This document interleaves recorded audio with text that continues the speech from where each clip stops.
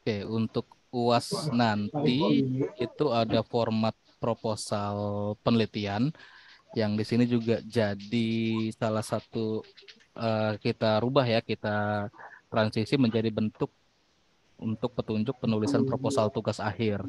Dan di mata kuliah ini untuk UASnya atau tugas akhir untuk mata kuliahnya adalah teman-teman ini bisa membuat sebuah proposal tugas akhir yang nanti akan dijadikan hasil perkuliahan. Ini udah pernah di-share, nanti akan saya share lagi di LMS-nya sambil share juga untuk soal UASnya.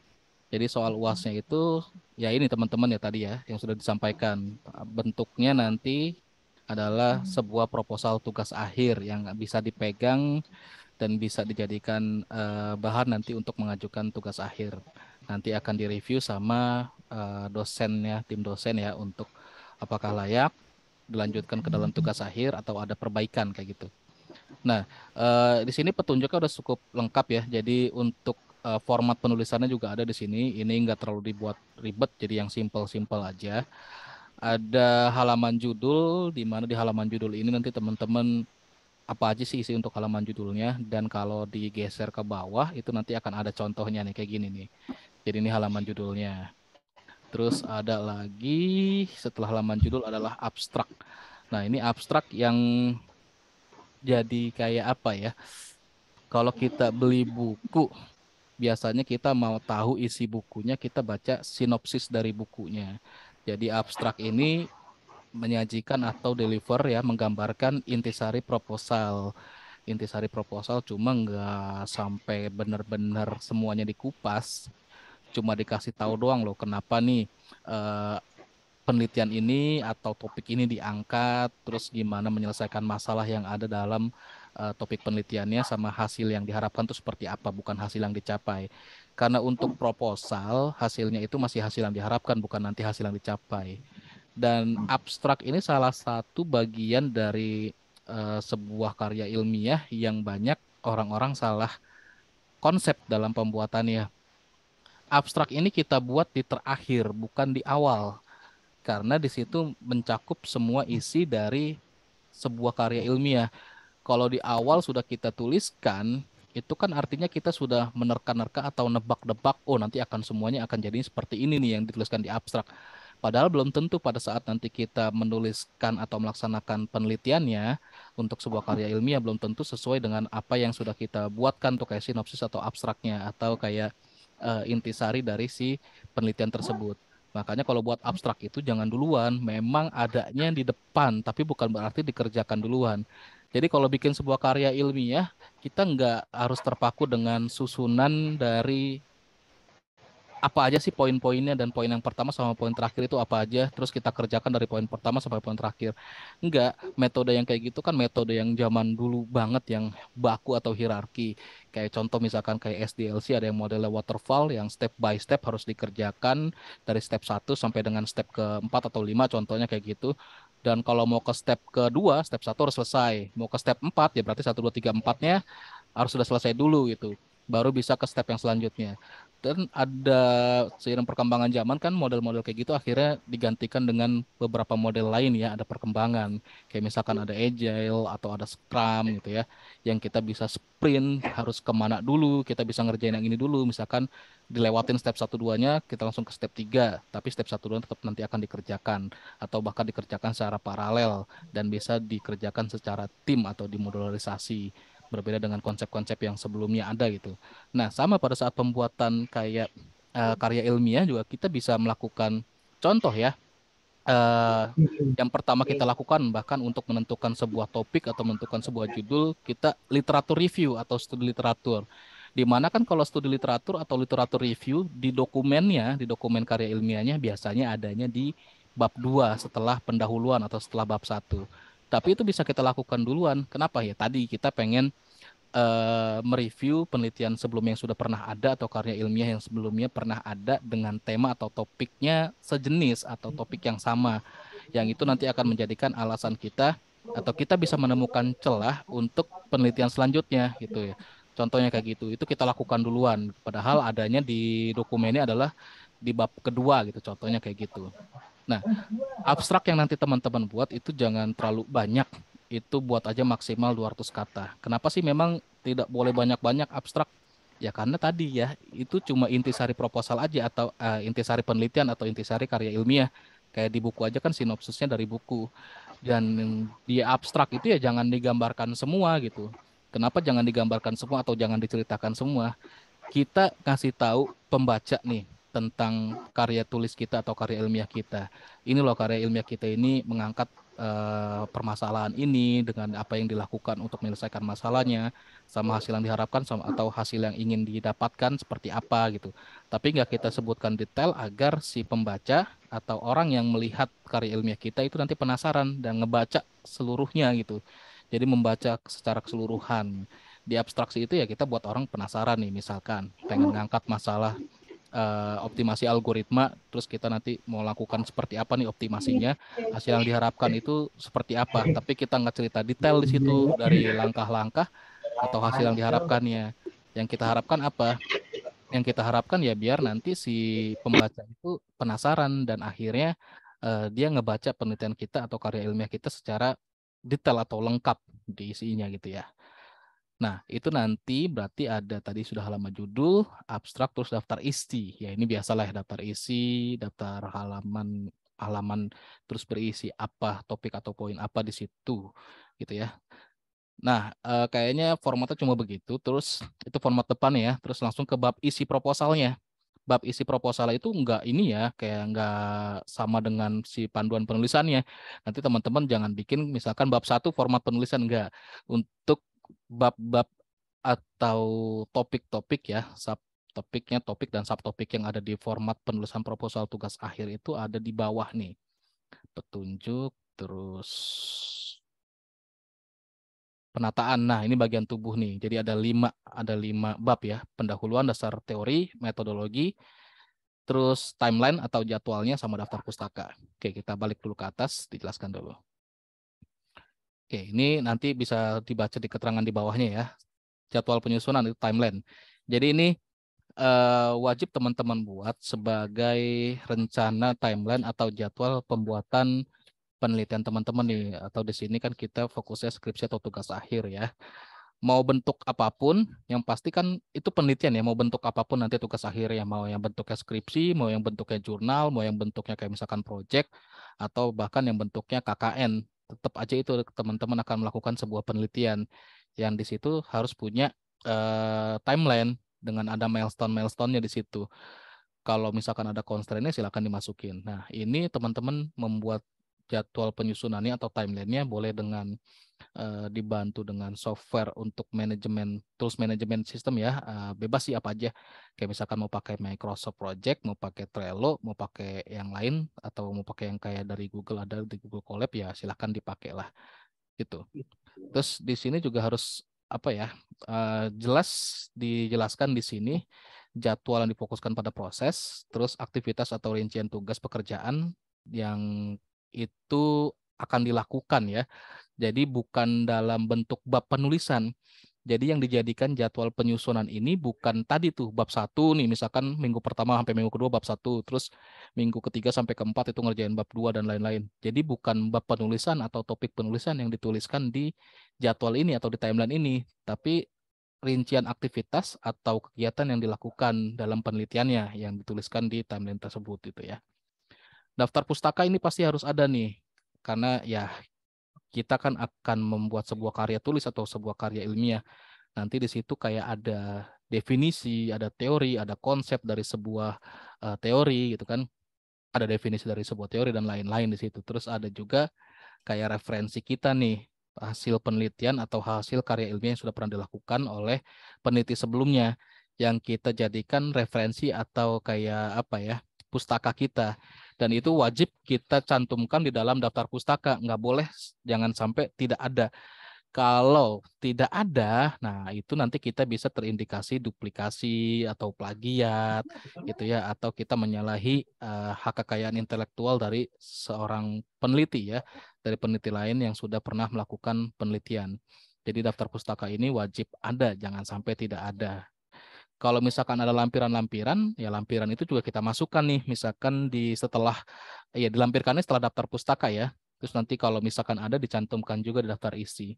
Lampiran-lampiran ini apa aja? Kayak misalkan melakukan sebuah penelitian di sebuah instansi yang butuh kayak surat pengantar atau ada persetujuan atau ada apapun, nah itu dilampirkan. Terus kayak proses perhitungan gitu. Misalkan ada yang penelitiannya tentang ke arah QoS ya dari sebuah koneksi internet atau jaringan internet di sebuah instansi atau organisasi. Kan untuk melihat, untuk mendapatkan hasil QoS-nya atau melakukan QoS itu kan banyak ininya ya, banyak perhitungan yang dilakukan kayak misalkan menentukan bandwidth-nya, throughput-nya, delay-nya, time-nya, terus dan lain-lain. Kan nggak mungkin dituliskan semua perhitungannya dalam dokumen penelitiannya itu terlalu banyak. Jadi boleh dilampirkan di paling belakang aja gitu. Jadi biar nggak numpuk atau nggak terlalu banyak diisi penelitiannya, di laporan isi penelitiannya gitu. Nah, itu tadi masalah yang bab 1 tentang format penulisannya. Terus kayak misalkan butuh font apa, pakai kertasnya ukuran berapa dan segala macam itu adanya di bab 2 ya. Nah, di bab 2 ini dibahas tentang petunjuk penulisan proposalnya nih. Oke, nah di sini memang sebuah proposal tugas akhir itu pasti diisinya adalah topik atau bab ya, bab-bab yang akan jadi kayak section-section dari isi karya ilmiahnya. Nah, di sini nanti teman-teman harus sesuaikan topik-topik yang ada di proposal tugas akhirnya atau di proposal penelitian ini sesuai dengan yang ada dituliskan di petunjuk penulisan proposalnya. Tadi sudah saya tunjukkan babnya isinya ada apa aja, itu ada di bab yang ketiga ya, penataannya. Tapi di sini lebih kita bahas dulu untuk petunjuk penulisannya. Tadi yang bab pertama itu pasti nanti akan ada pendahuluan. Nah, di dalam bab ini sifatnya adalah pengantar. Pengantar dari topik atau masalah penelitian yang diangkat. Kayak misalkan tadi ada yang mau ngambil kayak optimasi algoritma, contohnya kayak gitu. Kita kasih pengantar dulu tuh di situ tuh. Misalkan algoritma apa yang mau diangkat, kita jelaskan sedikit algoritmanya dan ada masalah apa di algoritma itu sampai kita mengangkat penelitian dengan tema atau topik tersebut gitu. Tapi di situ juga jangan terlalu detail banget ya kan, hanya pengantar. Nah, itu sifatnya overview aja, overview terhadap sama ada lingkup atau boundary-nya ya atau batasan-batasan dari tugas akhir atau penelitian yang mau dikerjakan. Tadi misalkan contoh optimasi algoritma, ya kita fokus di algoritma itu yang mau kita optimasi dengan cara seperti apa. Yang masalah-masalah lain yang nggak disebutkan di dalam ruang lingkup penelitian atau boundary penelitian ya berarti nggak dikerjakan. Nah, dari pengantar itu nanti bisa dipecah lagi jadi beberapa poin yang harus ada di dalam pengantar tadi ya di pendahuluan permasalahan. Karena semua penelitian atau karya ilmiah itu berangkat dari sebuah masalah yang mau diselesaikan dengan cara tertentu. Nah, permasalahannya nanti tulis di dalam pendahuluan tersebut, gitu disebutkan atau didetailkan permasalahannya apa aja sih sampai menjadikan itu sebuah alasan terkuat untuk melakukan penelitian tersebut, gitu ya. Terus tadi yang sudah saya sebutkan juga ada boundary atau ruang lingkup atau pembatasan masalah. Jadi biar penelitian yang dilakukan itu enggak keluar jalur, nggak ada pekerjaan yang sia-sia dikerjakan yang nggak berhubungan sama penelitiannya. Jadi harus ada ruang lingkup penelitian atau pembatasan masalah. Tujuan dan manfaat pasti ini tinggal uraian singkat aja, kayak rincian gambaran tujuan. Jadi solusi yang mau dicapai itu seperti apa, didetailkan aja di situ atau disebutkan di situ. Dan tujuan di sini harus spesifik ya, lingkup luasnya seperti apa, target solusi yang spesifik dan deliverable itu artinya bisa tersampaikan dengan baik ya. Jadi kalau misalkan gampangnya gini lah, ya kalau punya masalah, kita pengen menemukan solusinya.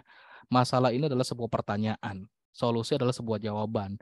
Dan kita harus lihat atau kita cross check apakah jawabannya adalah jawaban yang benar dari sebuah permasalahan, gitu ya, dari masalah yang kita angkat menjadi sebuah penelitian. Kalau misalkan nanti jawabannya tidak menjawab pertanyaannya, berarti kan salah tuh penelitiannya, gitu ya. Jadi nanti kalau ada permasalahan, terus tujuannya apakah eh, menjawab permasalahan atau tidak itu. Tapi itu jangan disebutkan terlalu banyak di pendahuluan karena itu nanti akan ada di bab terakhir yang biasanya adalah kesimpulan. Ya, oke. Terus juga gambarkan aja nih kontribusi yang diberikan penelitian tugas akhir, kayak misalkan kayak QoS.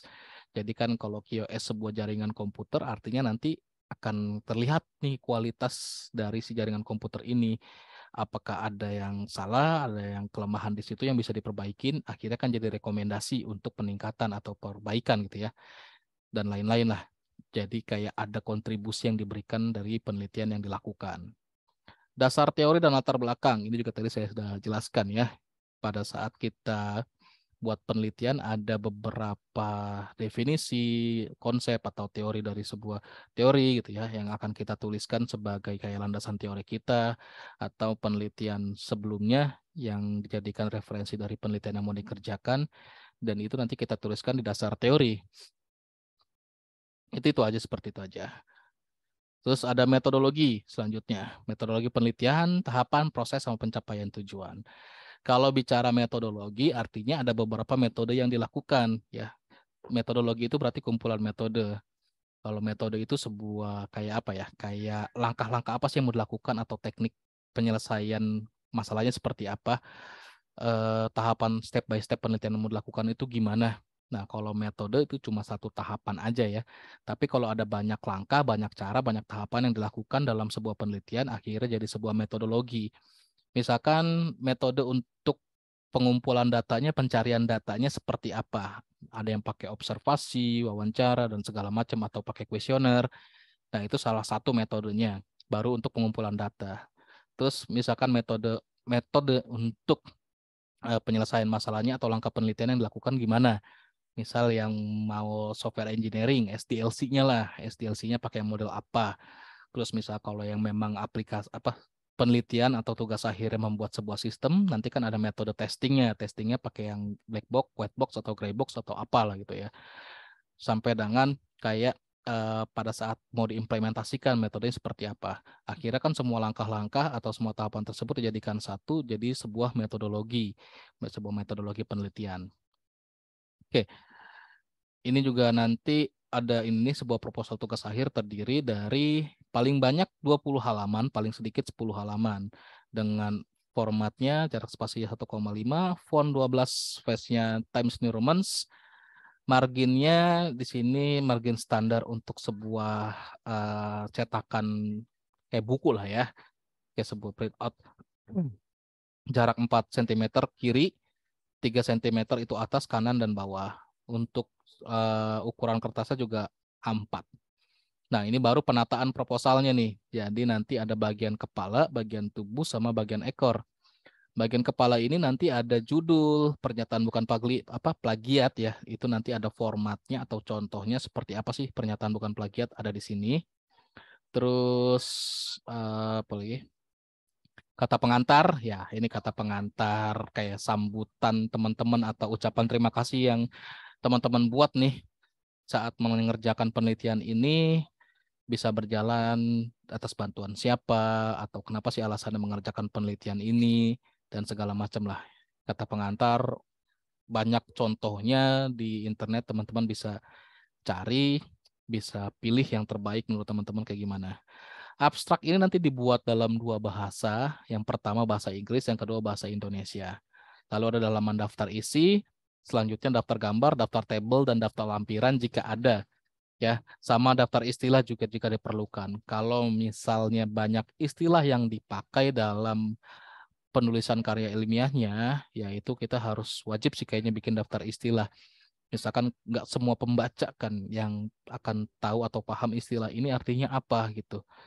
Kayak misal teman-teman selalu bilang ICT, ICT, belum tentu semua orang paham ICT itu apa, gitu kan. Terus kayak misalkan ada lagi dengan tools itu ya, gampang-gampang kayak gitu. Orang juga kadang-kadang nggak tahu ya tools itu apa gitu. Padahal juga itu kalau ditranslate juga kelihatan ya alat bantu dan atau apalah. Jadi kalau ada daftar istilah yang kira-kira aneh dan mayoritas pembaca penelitian kita ini banyak yang nggak paham atau tidak tahu, maka wajib dibuatkan daftar istilah. Nah, bagian tubuh ada 5, pendahuluan, dasar teori, metodologi penelitian, jadwal penyusunan atau timelinenya, sama daftar pustaka. Hasil literatur review adanya di dasar teori, jangan sampai tidak ada ya. Literatur review itu wajib dibuat, jadi itu sebagai nanti pedoman jawaban teman-teman. alasan kenapa sih ngambil penelitiannya, terus apa yang membuat beda dengan penelitian sebelumnya, itu semuanya ada di literatur review yang wajib dibuat dan harus ada ya. Nanti dimasukkan ke dalam dasar teori. Nah, bagian ekornya itu nanti ada daftar acuan atau referensi, disebut juga daftar pustaka. Ini ya, dari mulai daftar pustaka ini sudah bagian ekor nih atau bagian akhir dari proposal tugas akhirnya. Terus ada lampiran-lampiran lainnya kayak gambar, tabel, lampiran-lampiran atau ralat bila diperlukan gitu. Ralat ini kalau kayak misalkan teman-teman ada yang capturean atau screenshot dari sesuatu dan salah gitu keterangannya, itu bisa ditampilkan atau bisa dilampirkan di ralat ini. Nah, itu aja untuk proposal tugas akhir, untuk panduan penulisannya sama formatnya serta isi-isinya. Terus di sini ada beberapa lampiran untuk contoh halaman judul contohnya. Jadi halaman judulnya kayak begini, ada logo kampusnya, terus dituliskan proposal tugas akhir, lalu ada judul dari tugas akhirnya ya, rencana tugas akhir. Artinya kalau judul di proposal itu belum tentu jadi judul tugas akhirnya. Kalau tidak ada revisi, tidak ada perbaikan, artinya oke-oke aja semuanya dan bagus ya, berarti dilanjutkan judulnya. Tapi kalau ada perbaikan pada saat nanti diseminarkan di seminar proposalnya, berarti judulnya bisa berubah. Terus ada identitas dari peneliti yang mengerjakan atau yang membuat proposal ya dan akan melakukan penelitian. Ya di sini cuma nama sama NIM, lalu ada identitas dari instansinya, program studi informatika, universitas apa, lokasinya ya kita di Jakarta ya. Ini lokasi dari universitasnya, bukan lokasi kita masing-masing ya, atau dituliskan misalkan lagi di Korea atau di Jember atau di Malang, enggak. Sama tahun pembuatan proposalnya.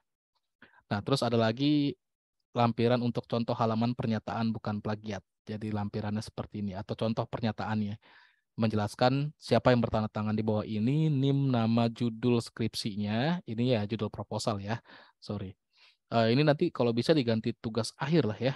Eh, Ya, nanti diganti tugas akhir. Tapi kalau teman-teman ada yang sudah terlanjur ya nggak apa-apa. Jadi kita nggak bilang skripsi ya, kita bilangnya tugas akhir. Kalau kita bilangnya skripsi itu berarti kita wajib bikin dokumen skripsi. Di mana kan berarti nggak ada pilihan lain. Nah, kalau kita bilang tugas akhir kan berarti nanti model tugas akhirnya atau bentuk tugas akhirnya bisa macam-macam. Ada yang bentuknya publikasi atau jurnal, ada yang bentuknya project, ada yang bentuknya KKN dan lain-lain gitu ya. Jadi nanti dibuatnya namanya adalah judul tugas akhir. Dan di bawahnya ada keterangan menyatakan bahwa tugas akhir tersebut adalah hasil karya saya sendiri atau Anda sendiri dan bukan plagiat. Terus apabila ternyata ditemukan di dalam laporan tugas akhir yang terdapat unsur plagiat, maka siap untuk mendapatkan sanksi akademik yang terkait dengan hal tersebut.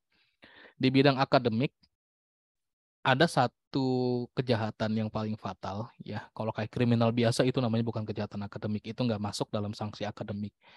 Kejahatan akademik itu imbasnya atau sanksi akademiknya yang paling berat adalah dicabut gelarnya atau tidak diakui gelarnya, tidak diakui keilmuannya. Kayak misalkan ada Eskom tapi ketahuan plagiat, ada yang ngelaporin plagiat, ya itu resiko terbesarnya bisa dihapus gelarnya, tidak diakui keilmuannya.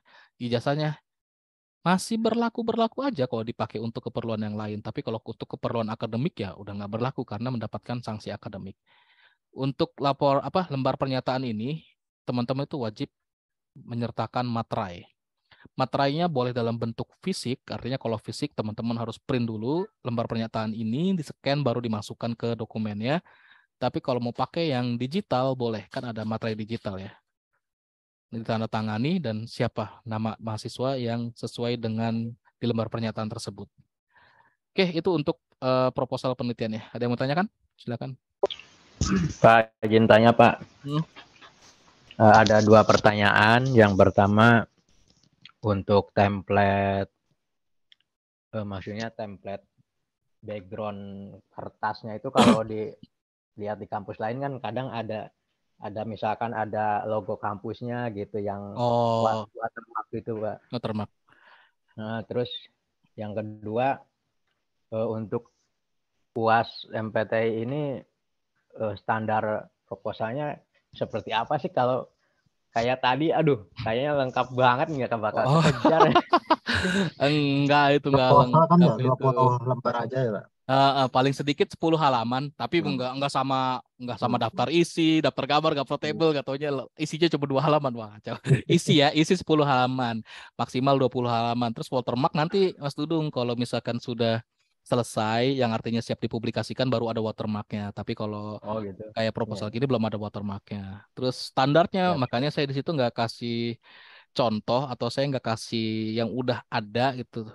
Karena kita pengen lihat teman-teman yang menentukan standarnya sendiri. Kita mau tahu nih standar dari teman-teman itu seperti apa. Makanya saya nggak mau bikin standar khusus untuk proposal atau tugas akhir.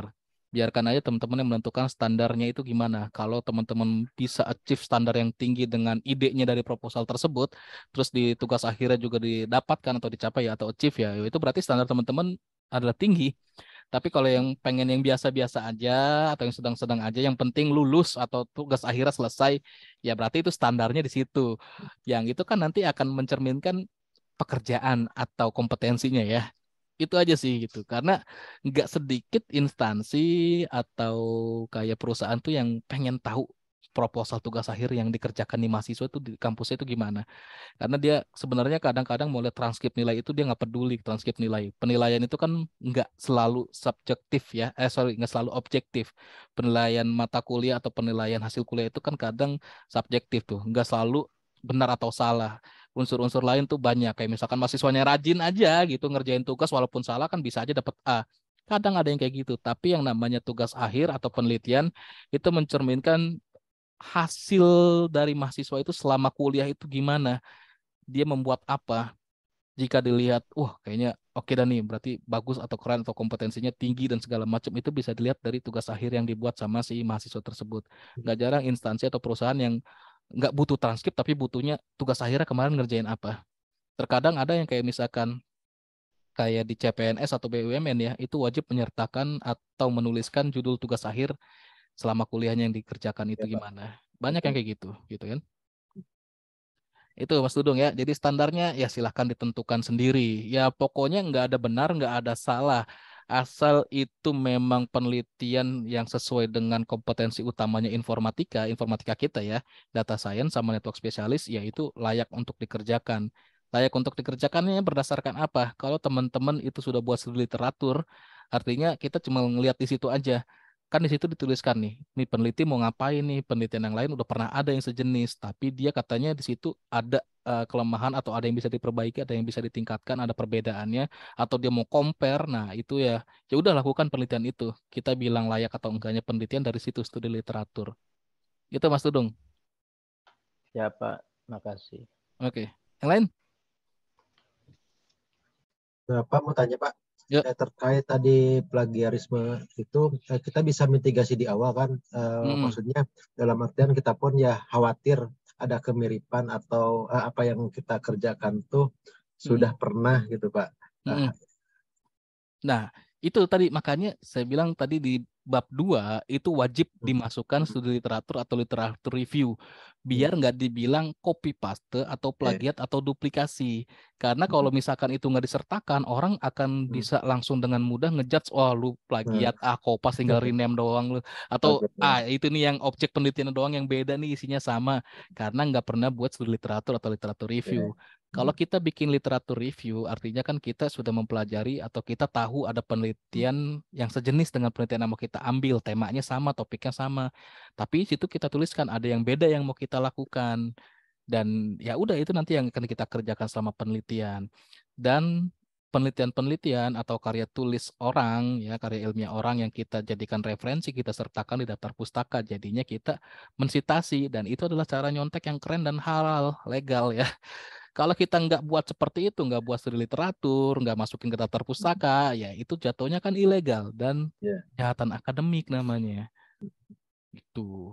Karena ada kasusnya ya teman saya S3-nya dicabut cuma gara-gara itu. Jadi skripsi bimbingannya dijadikan disertasi. Itu salah sih. Kacau sih itu. Ya itu ya. Wah, ya walaupun dia beda objeknya beda, tapi secara algoritma perhitungannya kok sama persis. Nah, itu kan berbahaya. Nah, makanya teman-teman nanti menghindari yang seperti itu. Jangan hanya cuma ganti objek, terus perhitungannya sama persis, apalagi angkanya sampai sama persis. Diproses ya, oke lah, kita kadang-kadang punya mimpi atau cita-cita yang sama, tapi kan prosesnya nggak ada yang sama juga. Belum tentu semuanya sama prosesnya. Kayak misalkan saya pengen jadi pilot, Mas Dudung pengen jadi pilot. Proses kita pasti beda gitu. Misalkan Mas Dudung badannya udah ideal gitu, jadi nggak usah olahraga. Saya badannya kelebihan berat, saya harus olahraga berat, harus mengurangi berat badan. Proses kita beda kan? Tuh, nggak sama. Itu caranya ya. Jadi wajib untuk studi literatur atau literatur review itu dibuat dan disertakan untuk menghindari hal-hal tersebut lah. Dan nanti kan pada saat sidang, kayak misalkan contohnya ada yang ngambilnya jalurnya skripsi ini, bikin dokumen skripsi, disidangkan tuh. Pasti kan nanti ada pertanyaan aneh dari dosennya. Kok kayaknya familiar sama judul ini atau topik ini, pernah baca saya gitu ya. Ilmu komputer segitu-gitu aja lah ya.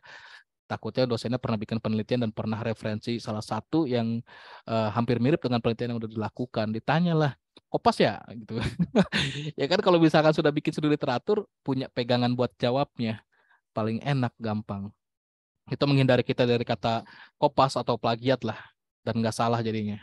Oke ya, kalaupun nanti kalau terjadi sesuatu ada yang benar-benar mirip sama persis dengan kita bisa jawab pada saat kita nyari referensi atau penelitian terkait, kita nggak nemu atau kita nggak ketemu atau tidak mereferensikan dia. Kalaupun ada kemiripan ya kita tidak tahu.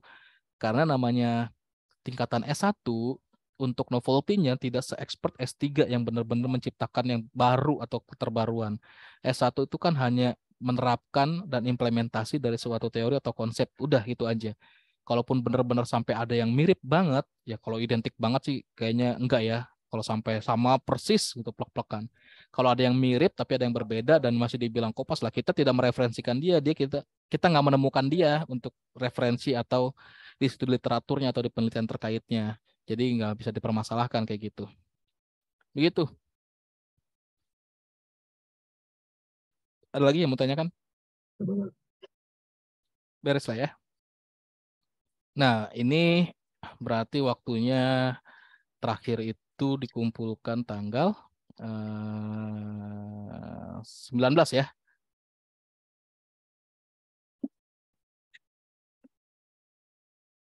Kalau waktu UTS-nya udah oke, nggak ada revisi, di tugas 1 UTS, UAS ini, atau proposal penelitian ini ya tinggal kumpulin dokumen-dokumen yang kemarin tuh yang dikerjakan.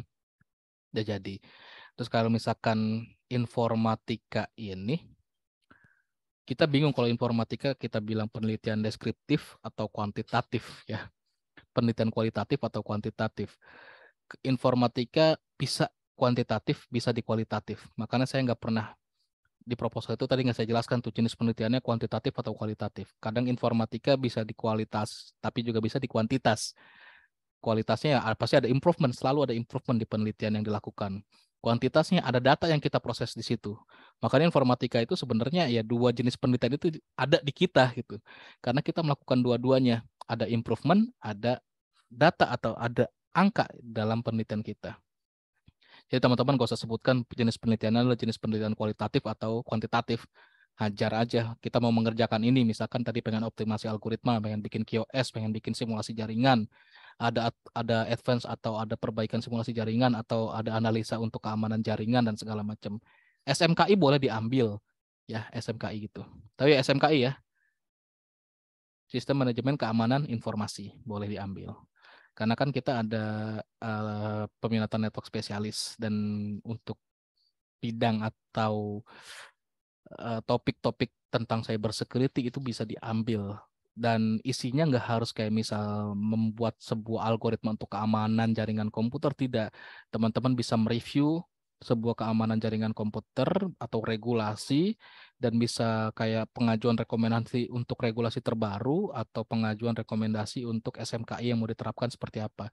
Jadi nggak harus kayak misalkan software engineer atau bikin software atau ngolah tadi data science atau nanti bikin topologi jaringan yang wah dan segala macam, enggak gitu. Kayak misalkan tadi tuh bikin kajian tentang SMKI itu juga bisa jadi tugas akhirnya gitu ya. Kayak rekomendasi kayak gitu modelnya. Ya, ada yang mau tanyakan? Gampang lah Mas Tudung lah ya. Jangan takut. Sibuk Pak, bukannya nggak sanggup, tapi ada waktunya pulang jam segini gitu, kecuali ya Sabtu Minggu. Kadang mager Sabtu Minggunya. Kalau dulu ya, waktu itu saya pernah cerita ya, saya bikin tesis itu cuma dalam 7 hari, skripsi 3 hari. Kenapa? Karena saya sudah siap. Saya sudah punya semua dokumennya. Idenya udah di kepala. Pokoknya udah matang idenya. Saya udah tahu langkah-langkah apa yang saya mau kerjakan. Terus kayak tadi referensi-referensi udah saya kumpulkan, saya cicil gitu. Kayak misalkan setiap hari saya kadang-kadang iseng nih indeks Google Scholar atau cek-cek yang kayak penelitian-penelitian gitu kan di akademia atau dimanapun. Wah, berhubungan sama penelitian nanti nih yang mau saya lakukan, simpen, simpen terus sampai banyak banget. Terus dari yang banyak itu kadang-kadang saya baca-baca nih iseng-iseng gitu kan sebelum tidur atau ngapa itu. Ini kayaknya hampir mirip, bookmark atau pindahin, mirip gitu. Saya kasih tanda kayak gitu dan segala macamnya. Terus iseng-iseng nulis atau saya review nih. Yang pertama dia ngebahas ini, yang kedua dia ngebahas ini, yang ketiga ngebahas ini atau isi-isinya. Terus nanti kita mau ngapain nih? Saya tulis juga di situ. Ah, kita nanti mau gini. Dan itu sempat saya tinggalkan. Pas begitu di akhir-akhir disuruh selesaikan, kalau enggak ya out itu kan. Nah, saya udah punya semuanya itu, akhirnya bisa cepet tek kerjainnya gitu. Memang yang bikin lama itu adalah pada saat analisa data. Itu analisa data itu. Waktu itu saya kan bikin QoS tuh, perhitungannya banyak, terus ada perhitungan dengan yang individu atau perhitungan dengan satu data aja atau satu personal orang aja. Terus ada yang skalabilitas dengan melibatkan berapa puluh user gitu. Nah, yang lama itu yang berapa puluh user yang ngabisin 3 hari. Ngolah datanya ya cepat gitu karena tadi saya udah tahu konsepnya, saya udah tahu cara ngitungnya atau ngolah datanya. Semua yang saya mau lakukan saya udah tahu semua gitu. Jadinya bisa cepat selesaikan bikin dokumennya. Karena ini penelitian Mas Dudung. Yang bikin lama itu adalah bikin dokumennya atau nulisnya. Itu aja. Pada saat kita sudah matang konsepnya, kita ngelakuin itu dengan waktu seminggu gitu. Misalkan kita tulis timeline-nya 6 bulan. Tapi kalau kita udah matangnya seminggu dan kita kejar ngerjainnya seminggu, itu kelar. Selesai. Kalau misalkan Mas Dudu nggak punya waktunya kayak tadi ya di sela-sela istirahat atau kayak misalkan malam sebelum tidur cari-cari jurnal. Ya sekarang begitu nggak ngebaca komik atau nggak lihat YouTube, bacanya jurnal. Karena besok semester 6, semester 7 ya udah harus jalan itu. Nah, makanya di semester 5 ini yang teman-teman ngambil MPTI sebenarnya sebuah keuntungan tersendiri karena udah tahu nih format untuk tugas akhirnya seperti apa. Sekarang udah nyiapin proposalnya. Begitu proposalnya disetujuin ya udah mulai cicil. Kalau harus selesai di semester 7 ya bisa, sangat bisa. Beda dengan yang pengen jalur biasa aja. MPTI ada aja di semester 7. Belum tentu nentuin ide aja kelar satu semester kayak ini aja mungkin kemungkinan ya dari teman-teman ini masih ada yang ragu nih dengan topik atau tema penelitiannya. Belum sampai judul, topiknya aja masih pengen ke sini. Besok ngeliat teman-teman yang gini, kayaknya enakan itu, ke situ aja pindah. Nah, banyak yang kayak gitu. Dan paling parah lagi kalau kerja bareng skripsinya, padahal judulnya beda. Banyak yang sering melenceng. Makanya tadi penting saya sebutkan harus bikin boundary atau batasan atau ruang lingkup. Jadi kalau nggak ada yang berhubungan sama penelitian kita, jangan dikerjain. Malah akan tidak efisien nanti pengerjaannya. Gitu ya. Coba. Lagi? Saya share di sini aja ya kayak apa? Soalnya kalau di chat pribadi kan cuma satu-satu nih grupnya nggak ada lagi. Saya kasih contoh kayak misalkan format penelitian yang saya buat. Dan ini adalah salah satu tugas dari teman mahasiswa kita. Saya lupa namanya siapa ya. Kalau nggak salah ada namanya di situnya. Yang klasifikasi karyawan. Saya lihat dulu contohnya. Nah, saya kirim di chat sini ya.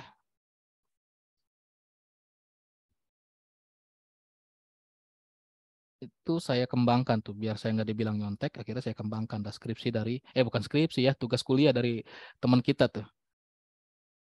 Klasifikasi kredit. Dia pakai decision tree. Bambang Setio sama Muhammad Hamdani tuh. Ada nggak tuh di sini? Oh, nggak ngambil mata kuliah ini malah. Nah itu ya proposal penelitiannya. Contohnya itu saya kirimkan. Ada beberapa yang nggak sesuai sih, kayak timeline itu saya caplok dari penelitian yang lain karena kemarin itu deadline-nya udah mepet. Wah, ya udah nggak sempet. Yang penting yang lainnya aja udah oke, udahlah. Jadi itu yang timeline penelitiannya jangan diikutin.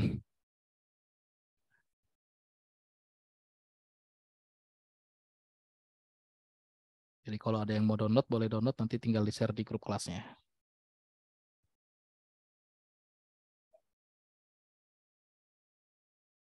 Ditunjukkan aja di sini lah ya. Biar Abdul.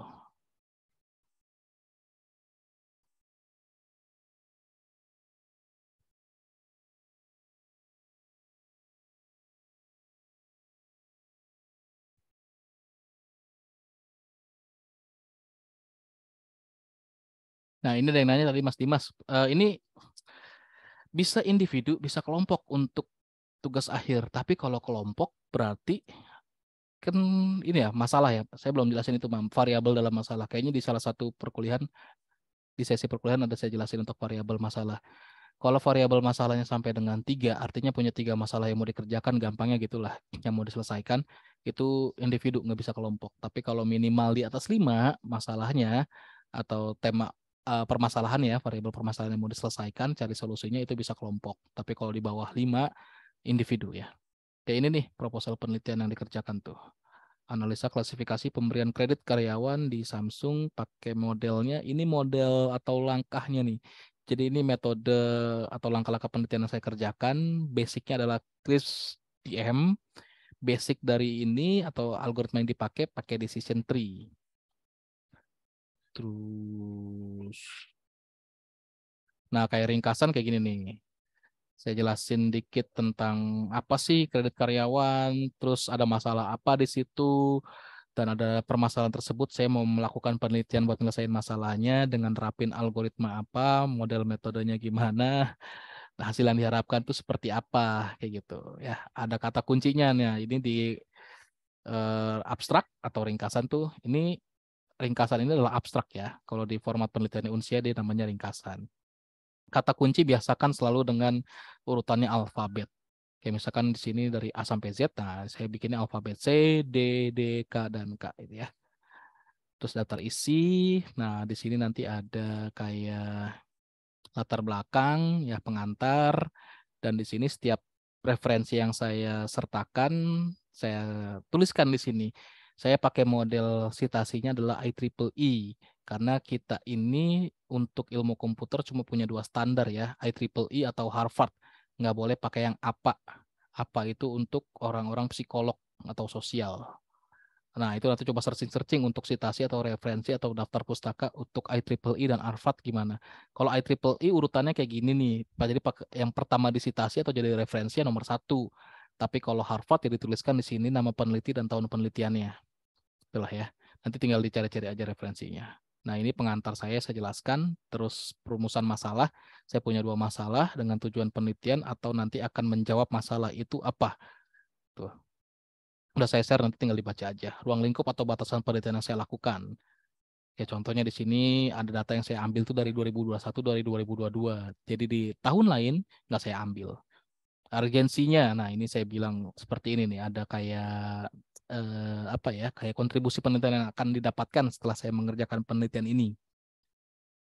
Tinjauan, nah ini tinjauan pustakanya. Saya kenapa tidak ada studi literaturnya? Di sini kalau nggak salah belum saya masukin studi literaturnya. Studi literaturnya itu saya masukin di mana ya? Lupa. Oke, di poin ini studi literatur yang saya masukin dari poin apa di paragraf yang kedua sampai yang ketiga ini nih. Nah, tapi teman-teman bagusnya di nanti bab keduanya itu ada studi literatur. Nanti ada contoh satu lagi proposal yang menjelaskan studi literaturnya secara jelas di situ. Nah, tinjauan pustaka ini nggak terlalu banyak saya jelaskan ya. Contoh di sini jelasin decision tree, terus ada table-table kayak gini. Nah, ini ada roadmap penelitian, artinya peta jalan penelitian yang saya nanti akan kerjakan. Tahun ini ngapain, sampai 4 tahun ke depan itu ngapain. Teman-teman gak diminta itu kan ya. Terus metode penelitian. Nah, kalau teman-teman nanti tulisnya metodologi penelitian. Saya juga di sini sebenarnya harusnya judulnya metodologi penelitian karena lebih dari satu metode. Cuma karena di Unsia di sini bab ketiga itu namanya metode, ya ikutin dah sesuai format. Nah, ini yang model Cross Industry Standard Process for Data Mining. Jadi CRISP-DM ini adalah itu ya, Cross Industry Standard Process for Data Mining. Jadi kalau teman-teman banyak istilah kayak gitu ya wajib bikin kayak daftar istilah sebenarnya. Nah, ini model yang pertama untuk pengolahan datanya. Terus ada langkah penelitian juga yang saya lakukan di sini sesuai dengan metode untuk pengolahan data. Tahapan penelitiannya sama. Ini target luaran, teman-teman nggak ada. Nah, ini timelinenya, ini salah nih ya, jangan ikutin ya. Nanti bikin timeline sendiri aja. Jadi timeline itu sekali lagi bukan bab-bab penelitian atau bab-bab di hasil karya tulis yang dituliskan, tapi aktivitas atau langkah penelitian yang dilakukan itu yang dituliskan di rencana jadwal penelitian atau target penelitiannya. Lalu ini ada daftar pustaka, artinya daftar pustaka ya yang ada dalam daftar pustaka harus ada disitasi di isinya. Jangan sampai daftar pustakanya ada tapi nggak dipakai di isi penelitiannya atau di isi karya ilmiahnya, itu salah ya, artinya ya ngawur gitu ya. Nah, kalau IEEE modelnya kayak gini. Kalau yang Harvard itu dia alfabet daftar pustakanya, dari yang depannya A sampai Z itu ya. Tapi kalau yang IEEE yang pertama disitasi atau pertama jadi referensi, daftar pustakanya juga dia ada di urutan pertama atau ke-1 dan seterusnya. Nah, ini untuk bikin daftar pustaka saya pakai software yang namanya Mendeley. Di Word juga ada. Jadi kalau di Word atau bawaannya Word itu adanya di menu reference. Nah, teman-teman nanti manage source dulu untuk isi dari si daftar pustakanya ya.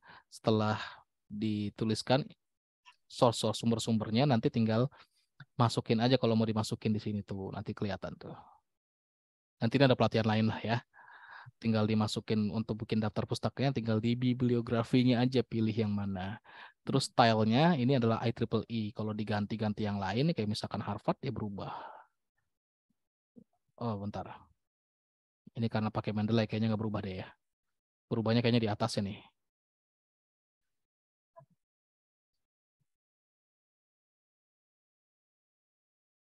Nah, ini saya klik. Oh, karena saya pakai ini yang lain ya, jadi dia nggak berubah nih.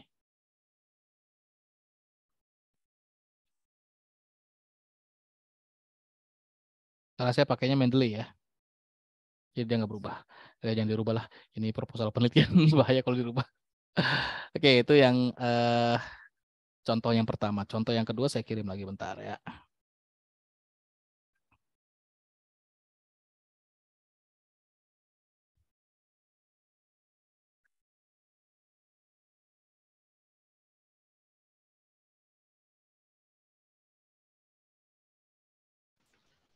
Dikirim di mana Pak itunya?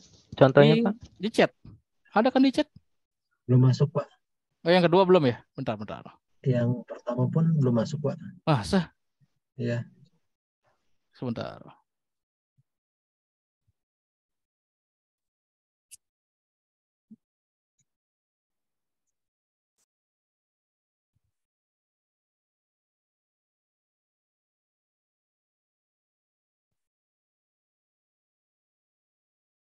Saya kirim ulang dulu bentar ya.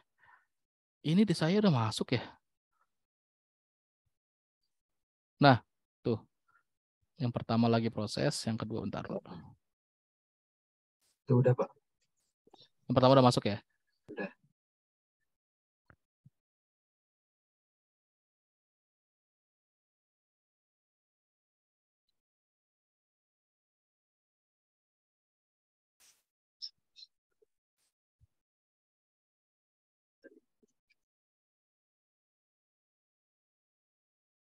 Yang kedua ini mana ya?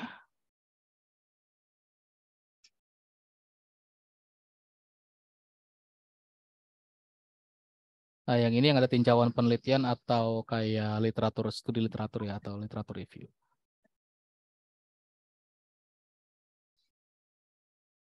Nah tuh, udah ada dua ya. Jadi bisa di-download terus di-share aja ke temannya di grup angkatan atau di grup kelas ya.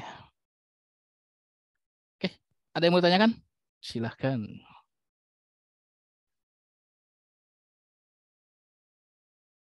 Nah, ini teman-teman kalau misalkan nanti cari literatur review atau cari jurnal-jurnal hasil penelitian terkait, usahakan untuk cari dosen kita biar untuk disitasi ya, untuk sitasi dosen kitanya. Karena kayak gini loh. Jadi itu aktivitas atau peringkat kampus itu kadang ditentukan sama yang namanya Sinta ya. Contohnya kayak gini. Oh, kok sini. Sinta.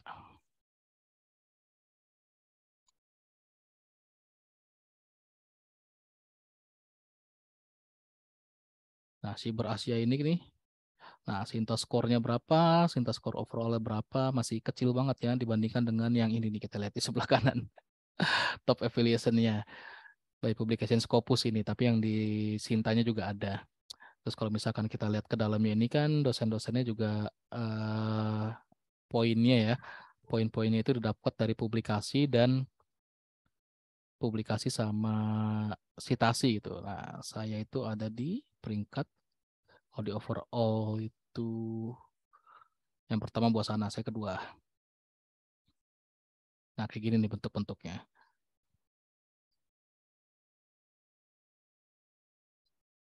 Nah, ini didapatnya dari kayak gini nih. Google Scholar, ini punya saya. Nah, dikutip berapa, tahun keberapa. Jadi makin banyak yang kutip atau yang citasi atau dijadiin referensi, nanti peringkat dari instansinya akan naik. Nah, kalau misalkan teman-teman di sini ada yang bisa jadikan referensi ya, boleh disitasi ya gitu ya. Saya kayaknya punya yang naive Bayes itu di mana ya? Kalau ini yang kayak decision system nih. Ini ya bisa masuk ke security, cyber security ya. Tapi nggak cyber security banget nih, security system aja pakai kriptografi. Terus kalau yang ini decision support juga, ini yang networking, QoS. Nah ini nih, ini yang pakai naive Bayes. Jadi nanti kalau misalkan ada yang bisa disitasi atau jadikan referensi, disitasi ya, atau jadikan referensi. Dari semua dosen Unsia lah, nggak harus saya aja. Oke, ada lagi yang mau tanyakan? Kayaknya kita udah sampai jam 9 nih. Lumayan lama. Udah clear semua? Jelas semua? Cukup Pak, lanjut Pak. Langsung ngerjain. Kalau langsung kerjain, luar biasa.